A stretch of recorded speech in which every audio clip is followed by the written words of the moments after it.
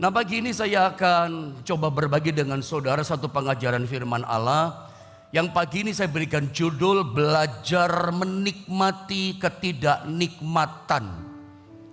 Kalau saya boleh bicara kepada saudara, dalam realita kehidupan yang kita jalani ini, gak selamanya hidup yang kita jalani itu indah.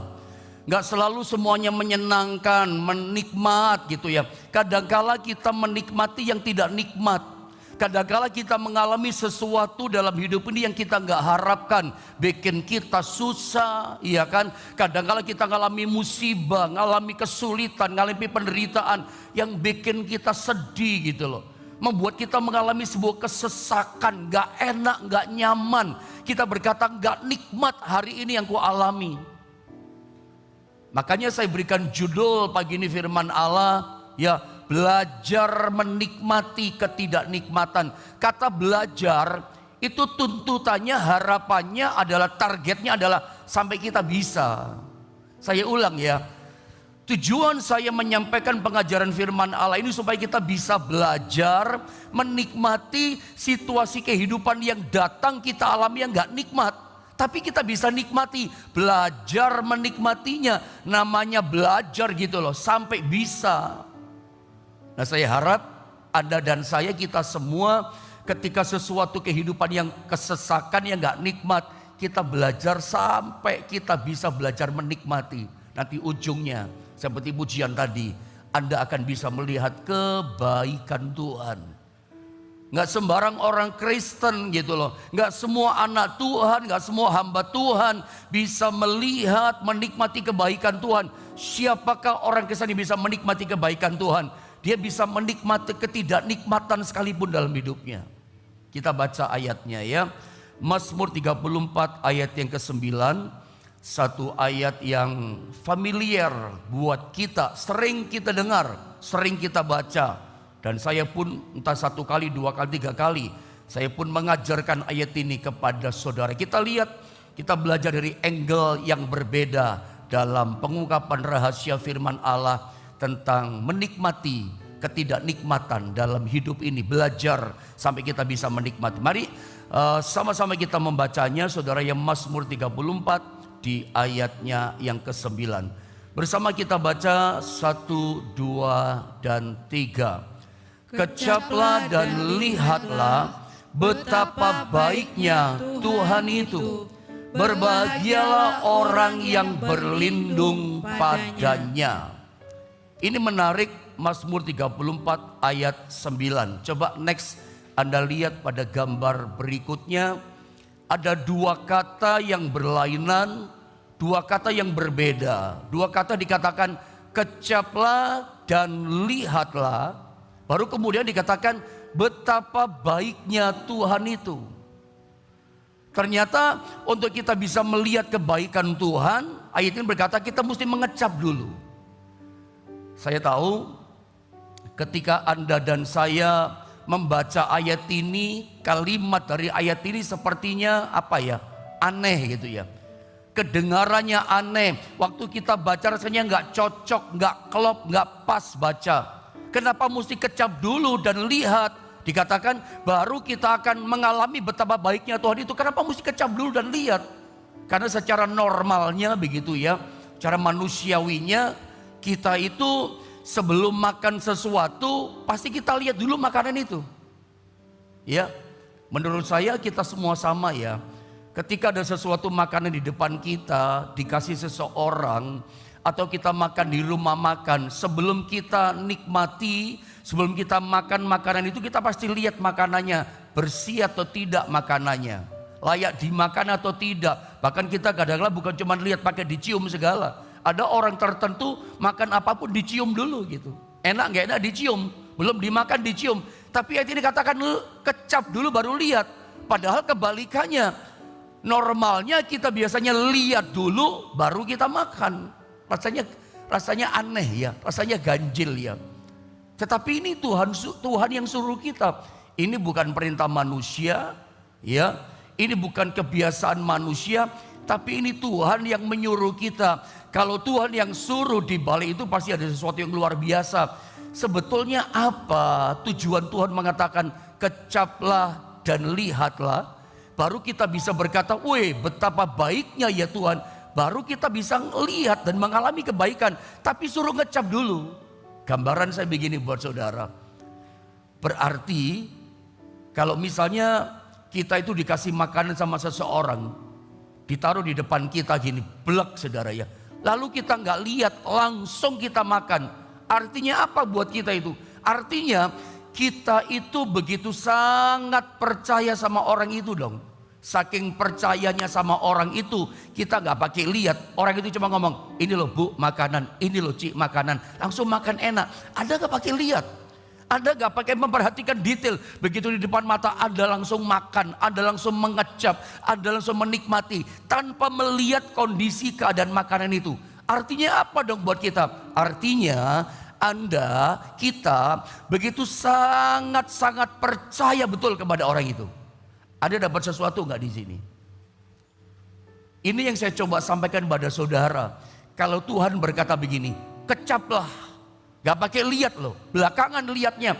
Jadi state-nya, tahapan yang kita lewati untuk kita bisa mengecap kebaikan Tuhan. Untuk kita bisa melihat, mengalami kebaikan Tuhan. Tuhan katakan apa? State yang pertama, tahapan pertama, langsung kita kecap. Baru kemudian kita akan melihat kebaikannya. Kecap dulu baru lihat, kecap dulu baru alami. Ya, biasanya kita lihat dulu, kecap dulu. Artinya gini, percaya dulu seperti kita percaya kepada orang itu. Tanpa kita lihat, langsung kita kecap, langsung kita makan. Karena aku percaya Pak sama orang itu. Tuhan mau kita dengan dia seperti itu.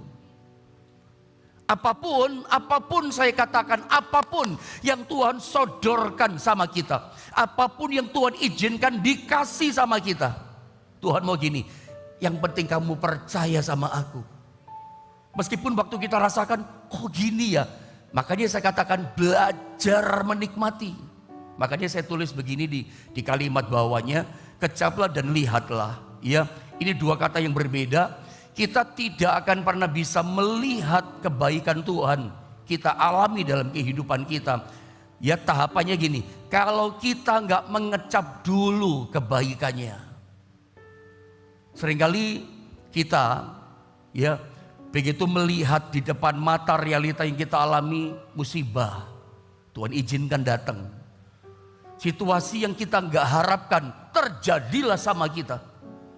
Kita nggak seneng ngalaminya, kok saya ngalami sih gitu. Misalnya badan kita sakit, atau usaha kita ada ganjilan, ada masalah.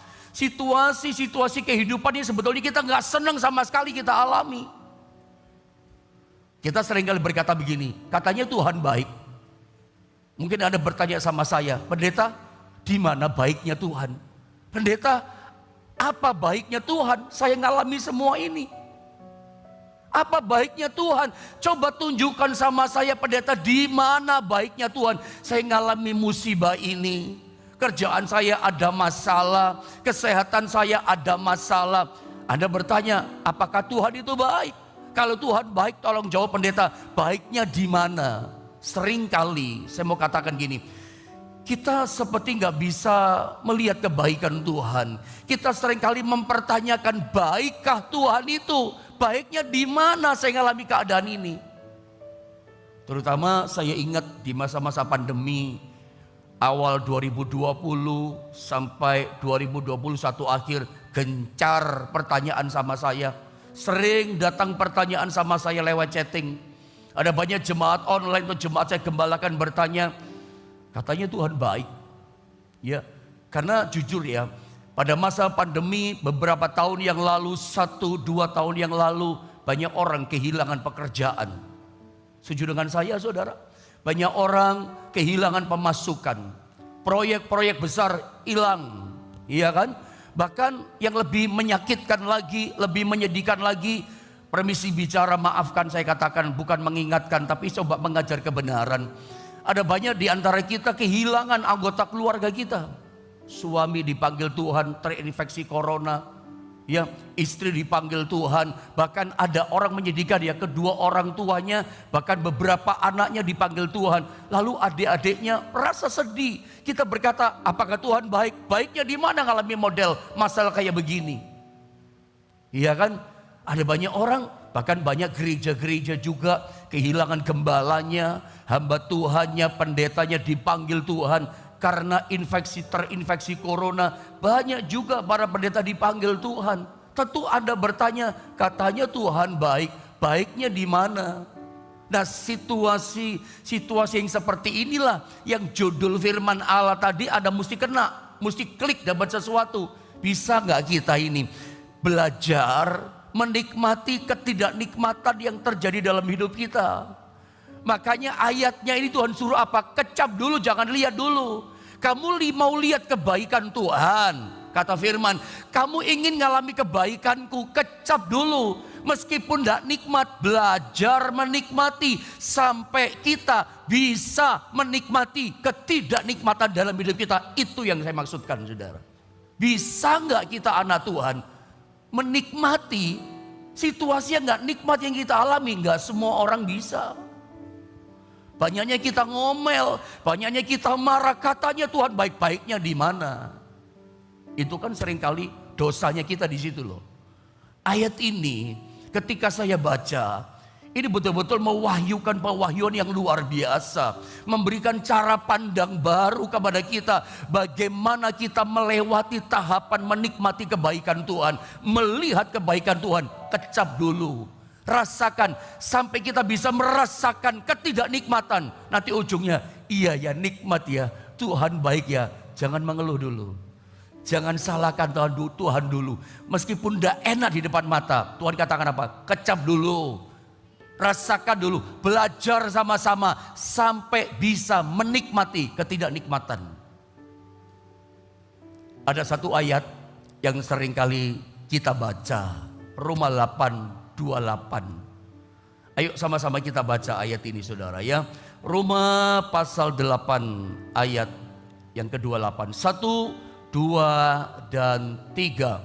Kita tahu sekarang bahwa Allah turut bekerja dalam segala sesuatu untuk mendatangkan kebaikan bagi mereka yang mengasihi Dia, yaitu bagi mereka yang terpanggil sesuai dengan rencana Allah.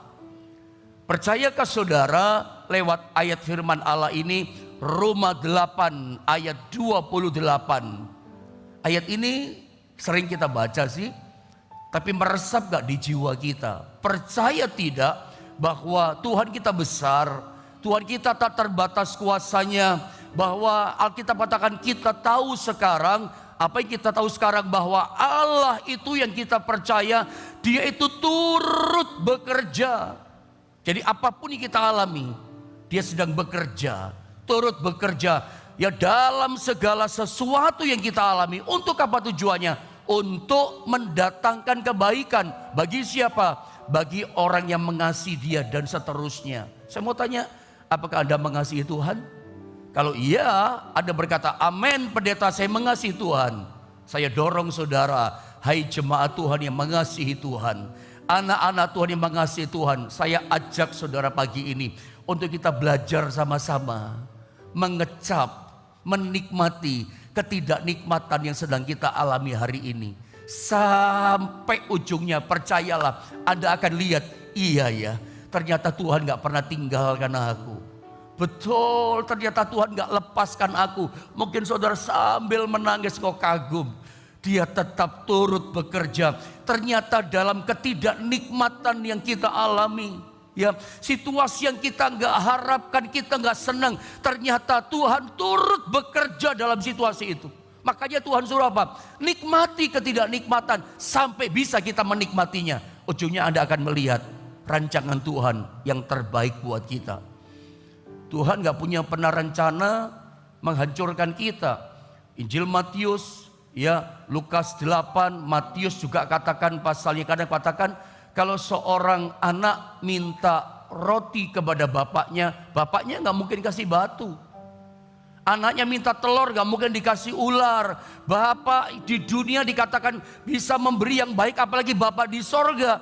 Dia selalu merancangkan memberikan yang terbaik kepada kita.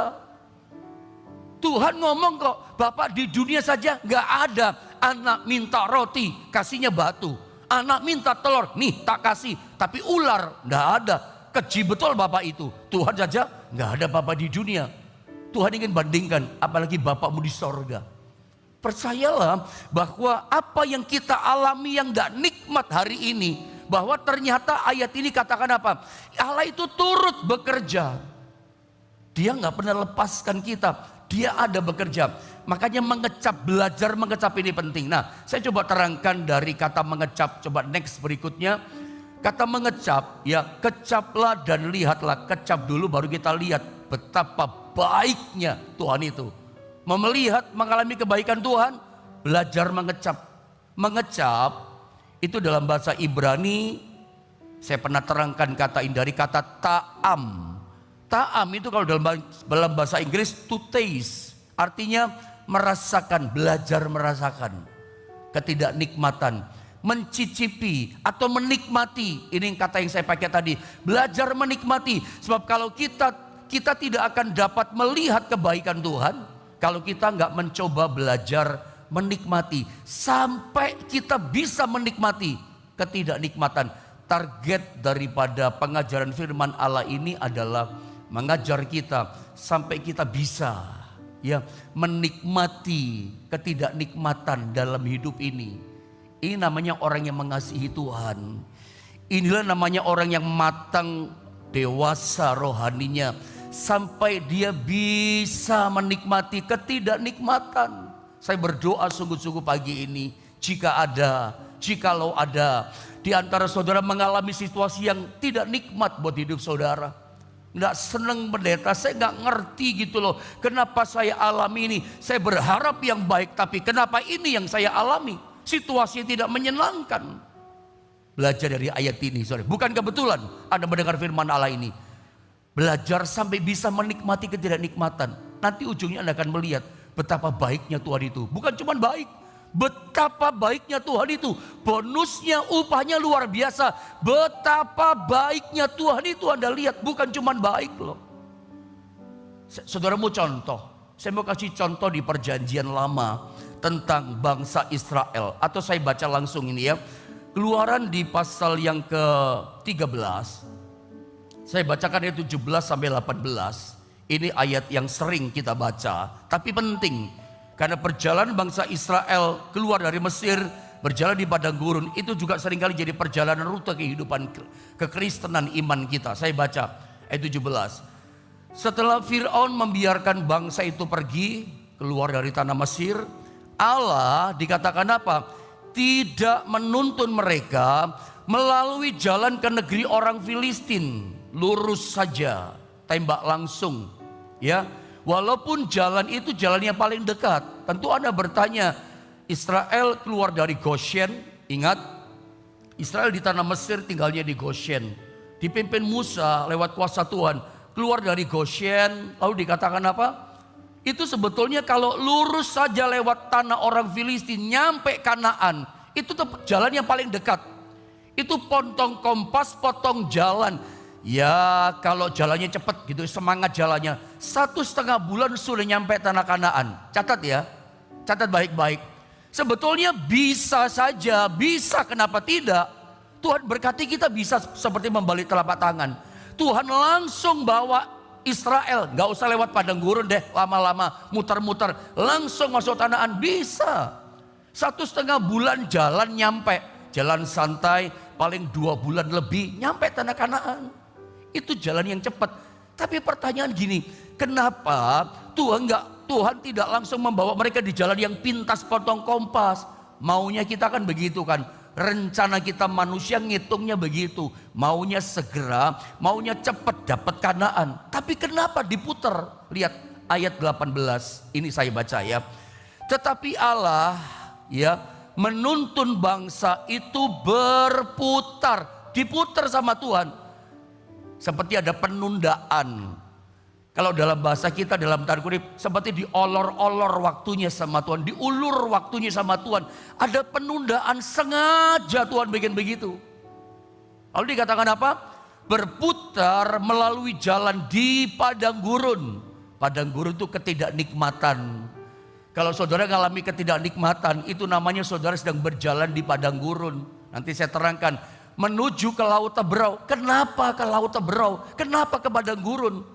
Dengan siap sedia berperang, berjalanlah orang Israel dari tanah Mesir. Coba langsung Anda lihat gambar ini.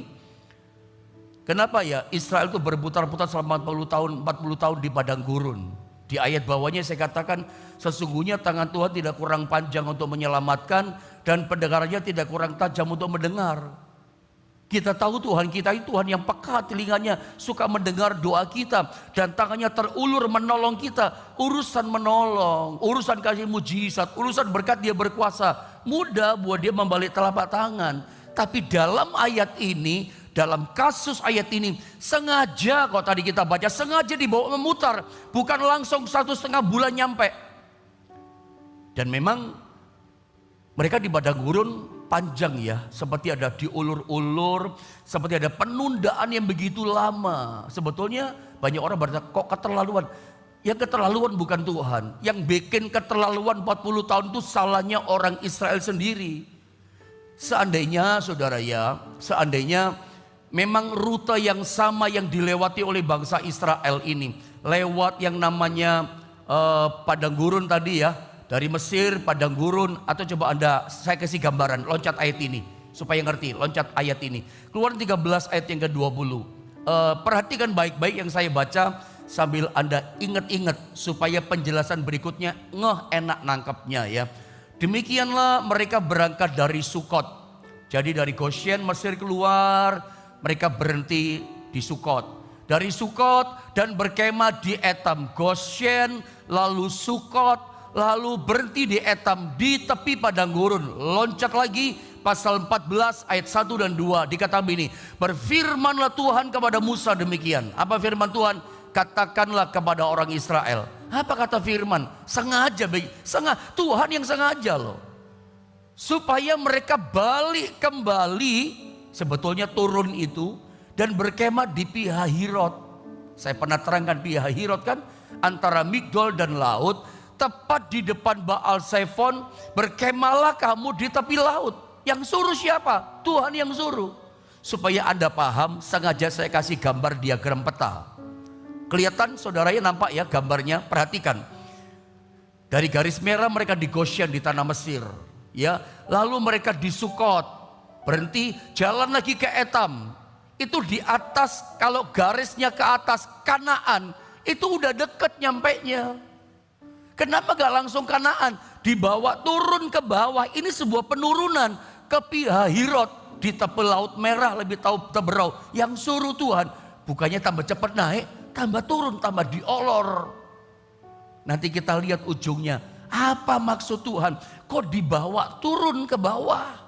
Ya, bukannya langsung naik ke atas. Saudara, saya ngomong dulu begini sama saudara, seandainya memang rutenya seperti dijalani bangsa Israel, sebetulnya gak keterlaluan juga kok Tuhan itu. Kitanya suka keterlaluan sama Tuhan. Israel yang bikin dosa ngomel-ngomel, gak bisa menikmati ketidaknikmatan, marah sama Tuhan. Seandainya rutenya sama diikuti paling lama 8 bulan. Dari Goshen, Sukot, Etam, Pihahirot, sampai terus lewat pada gurun Gunung Sinai. Nanti nyampe Kanaan saudara ya. Itu kalau rutenya sama dilewati bangsa Israel, rute yang sama, paling-paling ya 8 bulan nyampe. 8 bulan nyampe, gak sampai setahun. Karena jalan kaki kan, jalan santai, tidur, bangun lagi, jalan lagi, istirahat. 8 bulan paling lama nyampe. Tapi kenapa 40 tahun? Jadi dari penjelasan saya gak keterlaluan kok Tuhan. Tuhan tahu batas kekuatan kita sebetulnya.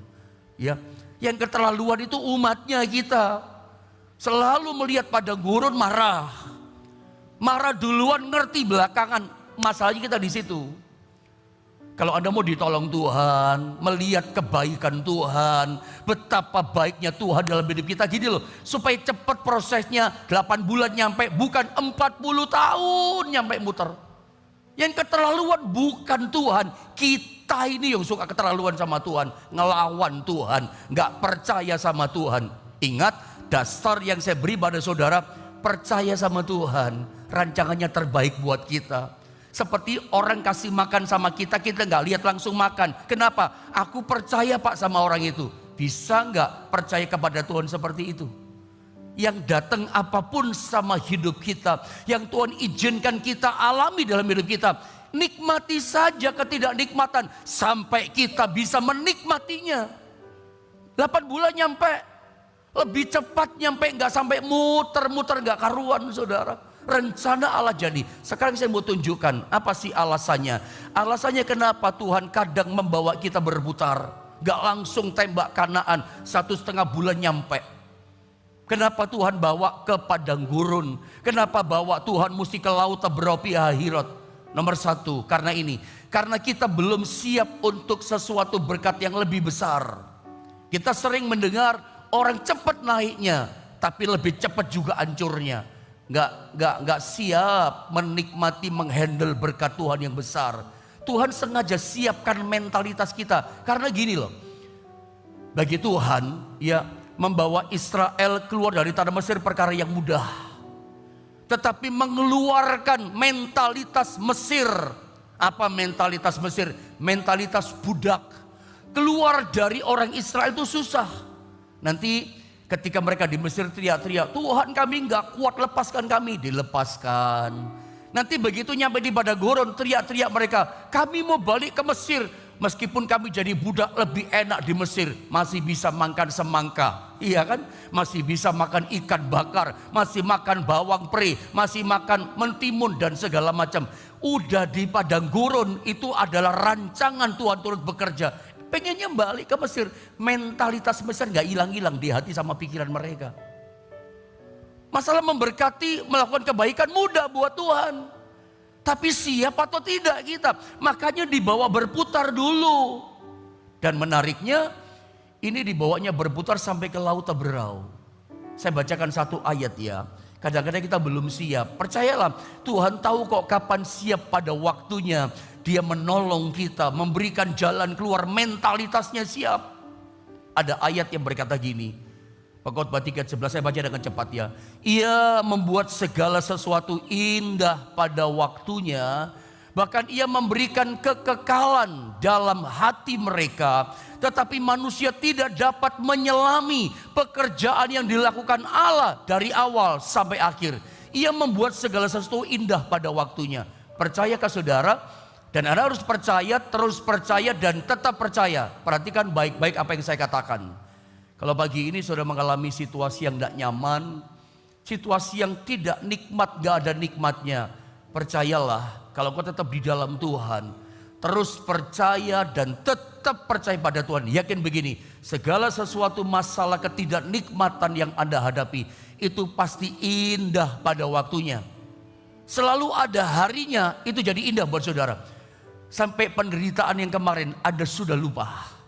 Kesusahan, ketidaknikmatan kemarin Anda udah lupakan itu. Kenapa? Saking indahnya, betapa baiknya Tuhan buat atas hidup saudara. Kekeringan yang kemarin Anda lupa, karena hujan berkat yang deras Anda nikmati. Kenapa? Tuhan bawa kita seperti ada penundaan. Doa saya kok belum dijawab-jawab Pak. Masalah saya gak kelar-kelar. Saya udah capek Pak, lelah Pak. Kok panjang ya masalah saya, gak ada jalan keluar. Dengarkan saya, pada waktunya pasti indah. Dan Tuhan punya tujuan begini. Apa yang dia mau berikan? Kok seperti molor, seperti ada penundaan. Apa sih yang dia mau kasih? Ayat ini berkata, bahkan ia memberikan, apa yang dia beri?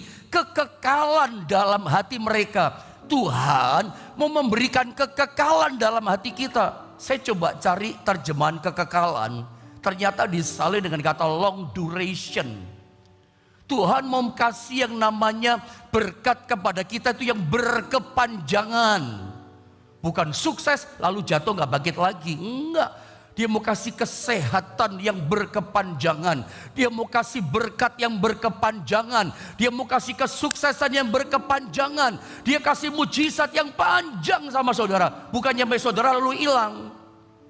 Ini pelajaran berharga loh buat kita. Jadi kalau saudara merasa diolor-olor, kok penundaan? Udah berdoa Pak? Sudah Pak, udah puasa. Tapi kalau masih ada penundaan, ingat, dia berikan sesuatu yang long duration sifatnya. Berkepanjangan berkatnya dikasih. Bukan sekali berhenti loh. Percaya ini firman Allah yang katakan. Makanya poin pertama dari awal saya berkata apa? Saudara, belajarlah hari ini sampai bisa menikmati ketidaknikmatan. Tapi lama Pak ketidaknikmatan. Dia mau kasih long duration sama saudara. Berkepanjangan kebaikannya Anda nikmati. Yang kedua, dengan cepat lalu selesai. Tuhan, kenapa sepertinya membawa berputar? Kok lama? Ini alasan kedua. Tuhan mau bawa Israel, umat Allah termasuk kita, menyeberang laut Teberau. Saya baca atau kita tutup sama-sama, kita baca ini lalu selesai. Keluaran 14 ayat 13, 1, 2, dan 3. Tetapi berkatalah Musa kepada bangsa itu, janganlah takut, berdirilah tetap dan lihatlah keselamatan dari Tuhan yang akan diberikannya hari ini kepadamu. Sebab orang Mesir yang kamu lihat hari ini tidak akan kamu lihat lagi untuk selama-lamanya. Israel itu 400 tahun dijajah di tanah Mesir. Musuh besarnya Israel ya Mesir. Catatannya adalah Mesir itu negara adikuasa ribuan tahun yang lalu di masa itu. Negara superpower. Baik secara militer, ekonomi, budaya, apalagi ya, finansial, semuanya. Ingat cerita tentang Abraham ketika kelaparan, dia mau ke Mesir. Bank dunianya di Mesir. Pusat ekonomi di Mesir, adidaya. Ishak ketika mengalami kelaparan tanah kering, maunya ke Mesir. Tuhan katakan jangan, tetap di Gerar. Kenapa orang selalu berpikirnya Mesir? Negara yang limpah kemakmurannya. Negara yang adidaya. Tidak mungkin bisa dikalahkan, dihancurkan. Tapi ini Tuhan yang bikin hancur. Tuhan dikatakan apa? Musuh besarmu dikatakan apa? Akan dibinasakan, dilenyapkan oleh Tuhan. Kamu tidak lihat lagi selama-lamanya. Saya pernah bilang sama saudara, sejak peristiwa ini, Mesirlah musuh yang paling besar, yang paling hebat dihadapi Israel.